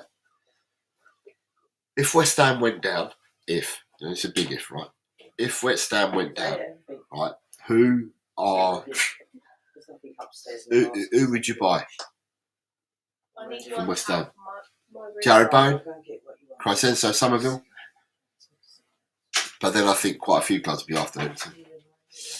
If Forest went down, I'm doing keychain. who are you looking for? Who are you looking for if Forest went down? Would you pick? Would you try and go for some of the Forest players? Would you look at, I don't know, would you look at Omari Hutchinson? Would you look at Igor Jesus? Would you look at Murillo, Milenkovic? Would you look at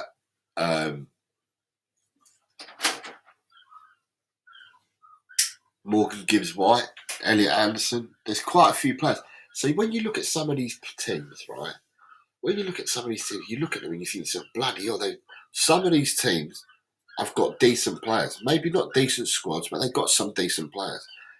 And Tottenham have been known to cherry pick and to go to teams that have been or are in relegation. I mean, from Wolves, is there anyone that you take from Wolves? I'm not sure that I take anyone from Wolves at the moment.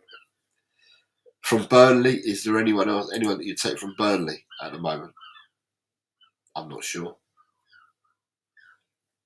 They've got Leeds United are a point above us at the moment. If Leeds United were, I mean, I want Leeds to stay up, but if Leeds were to go down, who would you go and cherry pick from Leeds? If you could, if you had the choice, who would you cherry pick from Leeds? Brighton are only 2 points in front of us. Brighton got players that you would cherry pick, have they? Crystal Palace, 3 points above us.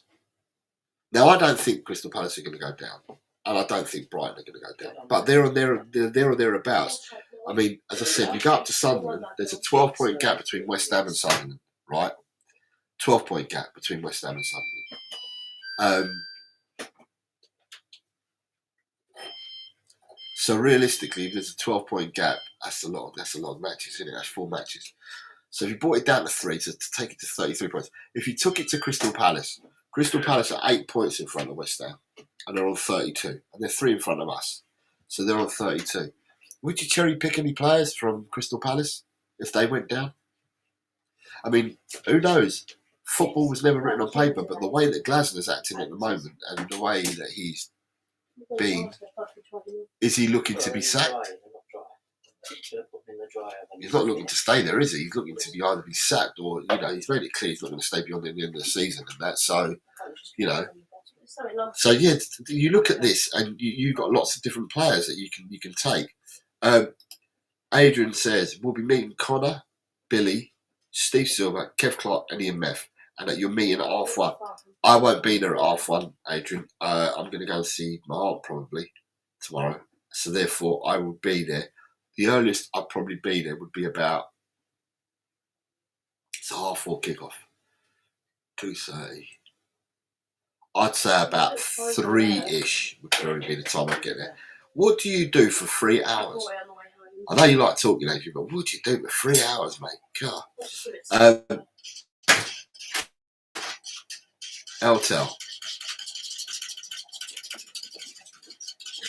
Eltel says, Everton fan, it's mad to think Spurs in this position 2 seasons ago, in 2 seasons on the bounce. Can't work it out.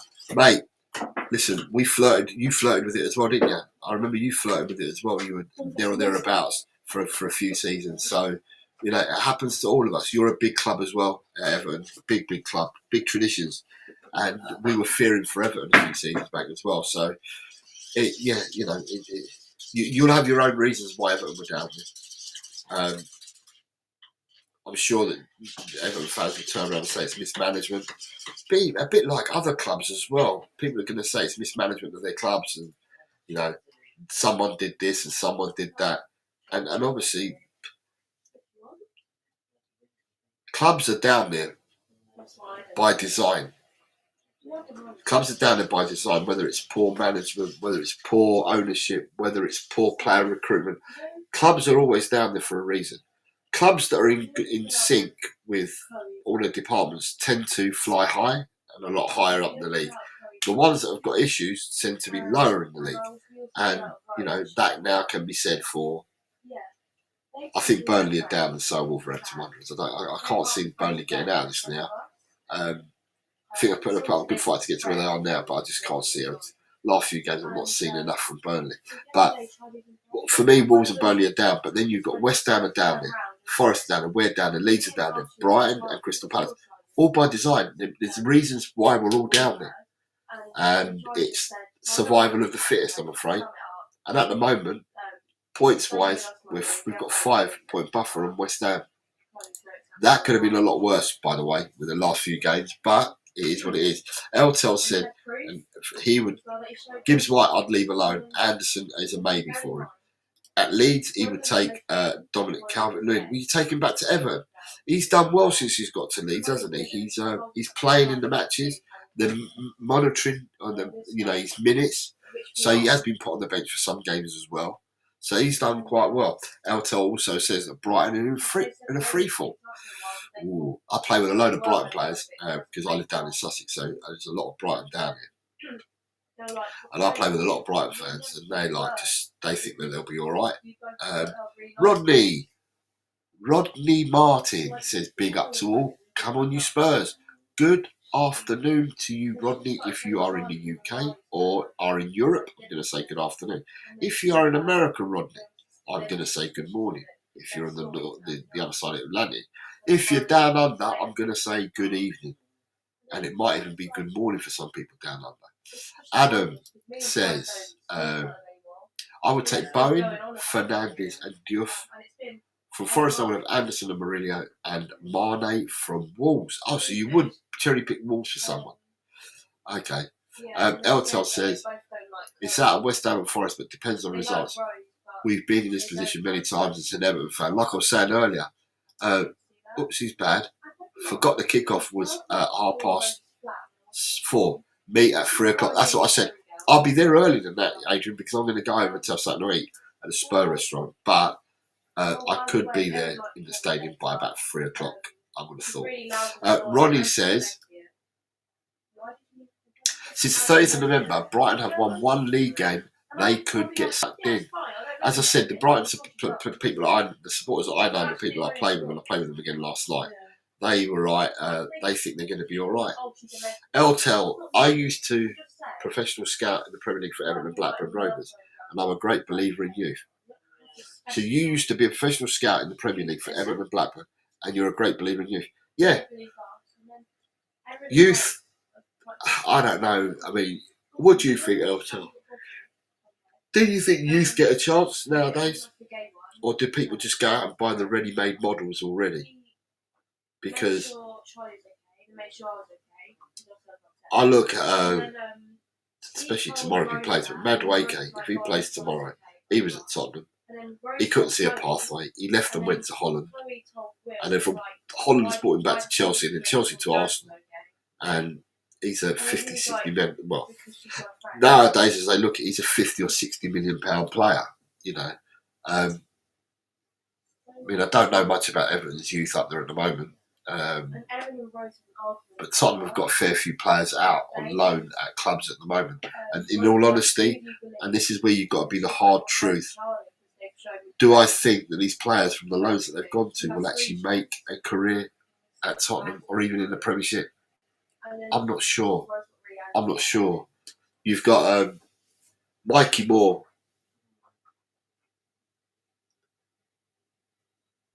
Mikey Moore, possibly. Whether it's at Tottenham or another Premiership club, possibly. Ashley Phillips at Stoke, possibly. Luka Vuskovic in Germany, definitely.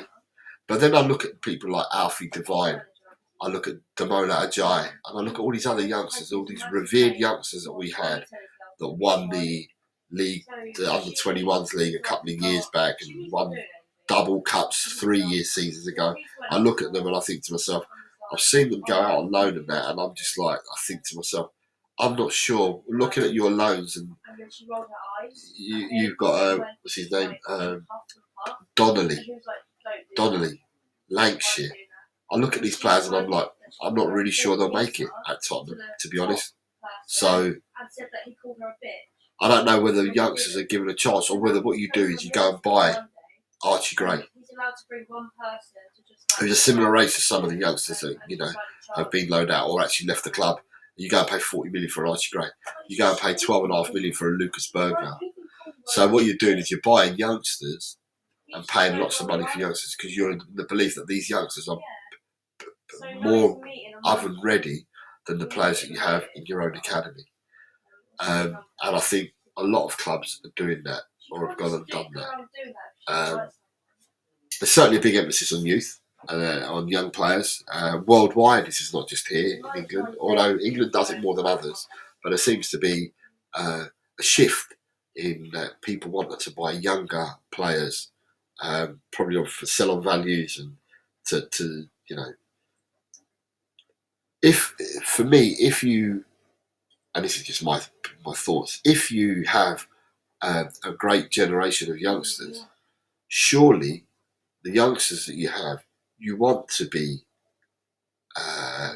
training with them, you want to be coaching them, you want to get them into your first teams because it stops you spending money, and you get them into your first teams and you try to build.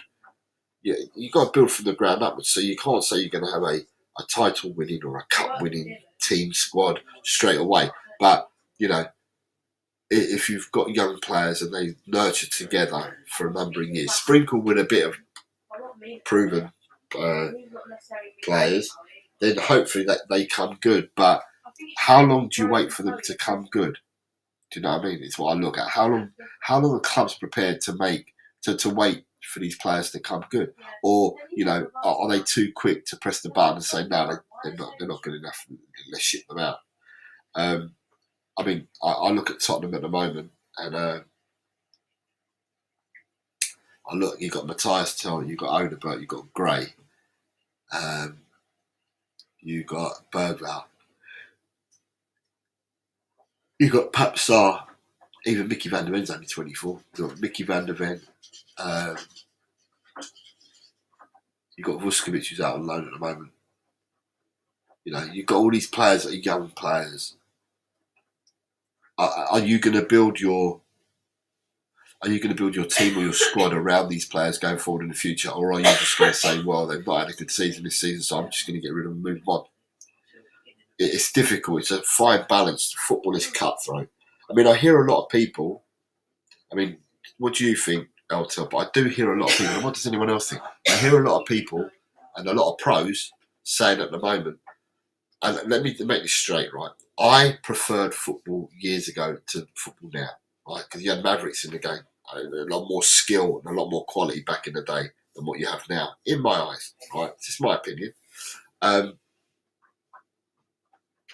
But there's pros that now turn around and say, the way that they look for footballers now, you've got to be 6'2", you have to have an engine be able to run 10.5 miles per game. You've got to be elite in the sense of being able to play to a structure. You've got to play patterns and lanes, stuff like that. God, where would some of, for you at Everton, how would Peter Reid fit in now? The little boy Heath that you had that used to be your forward, how would he fit in now? We can go to Garth Crooks, Steve Archibald, you can go to Gascoigne, Ozzy Ardiles. Look how small they all were. How would they fit in now? You had Stevie Cotwell, Gordon Hill for Man United on the wings back in the 70s, early 80s. How would they fit in now? You know, how would all these players fit in? I can go to different clubs and think to myself, they're not all strapping 6'2" people that can run 10.5 miles per game. How would they fit in now? And this is what I'm saying. Mavericks, skilled players have gone out of the game, and football has become boring because on the back of that. I still say, and I still maintain, Pep is an absolutely generational manager, generational coach. He came to England. He implemented a style of football here that everybody has now tried to copy. So the style of football that Guardiola and the different guises that he plays and the different evolutions of what he does have been copied by all the teams in the Premiership. So all the inverted wingers, inverted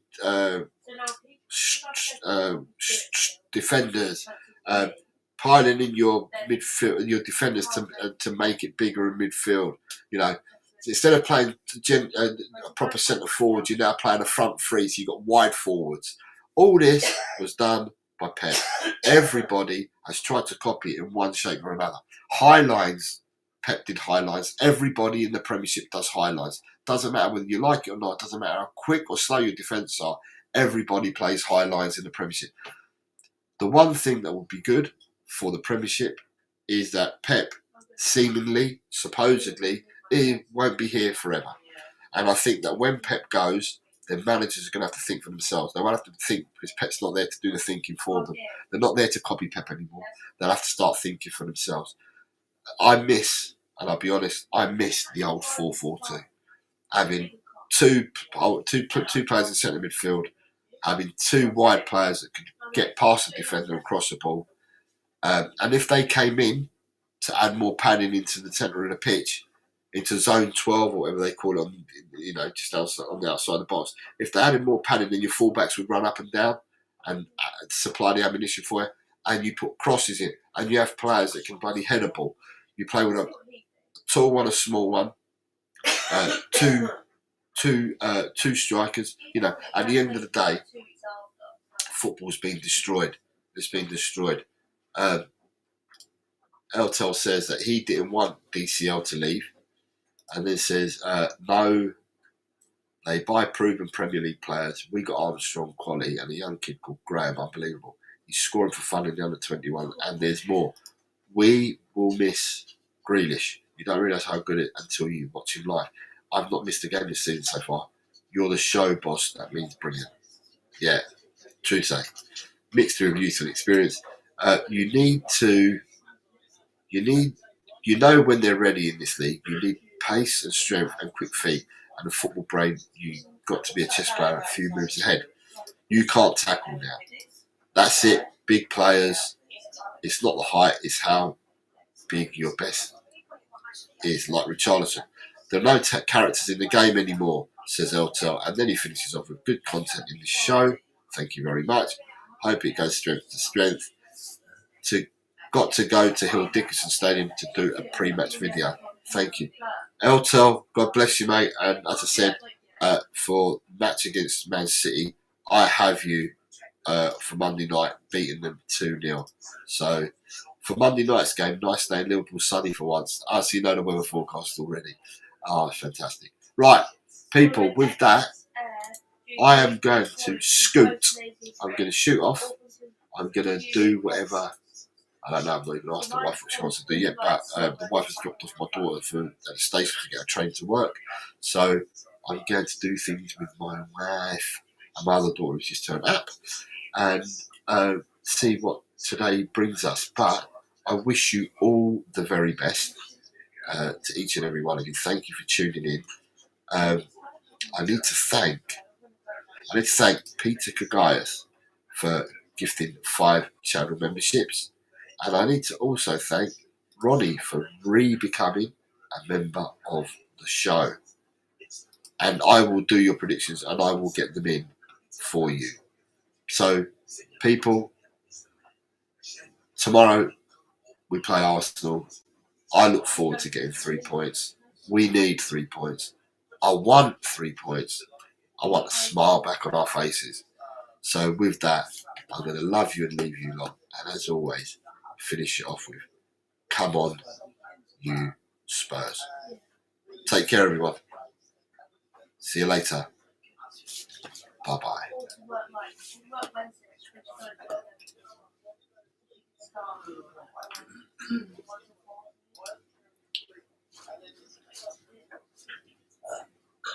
Tell, Cockerel, he's just a true guy. You'll have a true time. Tell, Cockerel, leave your troubles at the door. You know the game, you know the score. We're here to have fun, so holster that gun and read the writing on the wall. The Predictions League, done every week. It just goes on and on and on and on and on and on and on and on. Why do I always get it wrong? Tell, Cockerel, he's just a chill guy. You'll have a chill time. Tell, Cockerel. Jose gets himself around, always talking Spurs wherever he is found, home or away. He always tips to win, throws the form book in the bin with a cheeky knowing grin. Tell, Cockerel, he's just a chill guy. You'll have a chill time. Tell, Cockerel.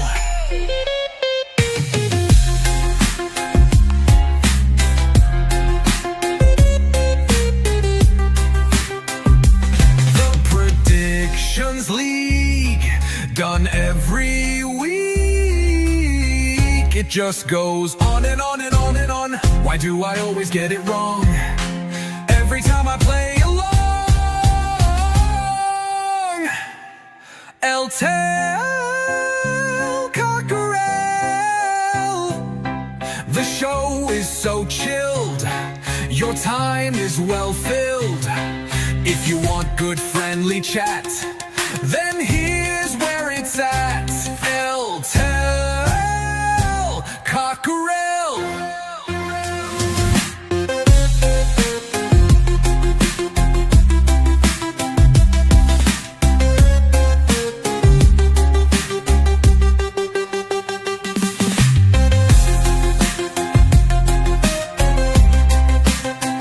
It just goes on and on and on and on and on and on and on and on. Why do I always get it wrong?